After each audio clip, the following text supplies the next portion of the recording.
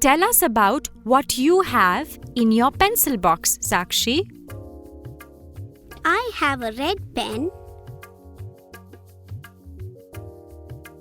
2 blue pencils, an orange sharpener,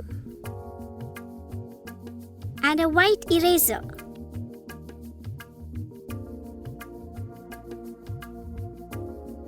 That's interesting. I also have a red pen and 2 blue pencils. But I have a green sharpener.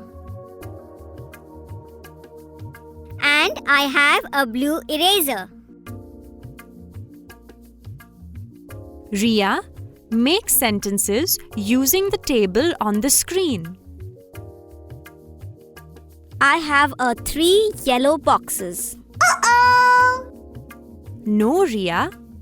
When you are talking of more than one, you do not use a or an.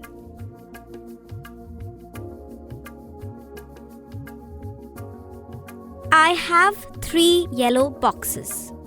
Correct. I have a brown bag.